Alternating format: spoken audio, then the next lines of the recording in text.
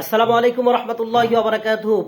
প্রিয় শিক্ষক বন্ধুগণ, আপনারা অনেকেই এখনো পর্যন্ত দ্বিতীয় ধাপে ইএফটিতে বেতন পাননি। তো কেন পাননি সেই বিষয়টা জানিয়েছে মাউসি। মূলত মাউসি ইএমআইএস সেলের সাথে কথা বলেছে।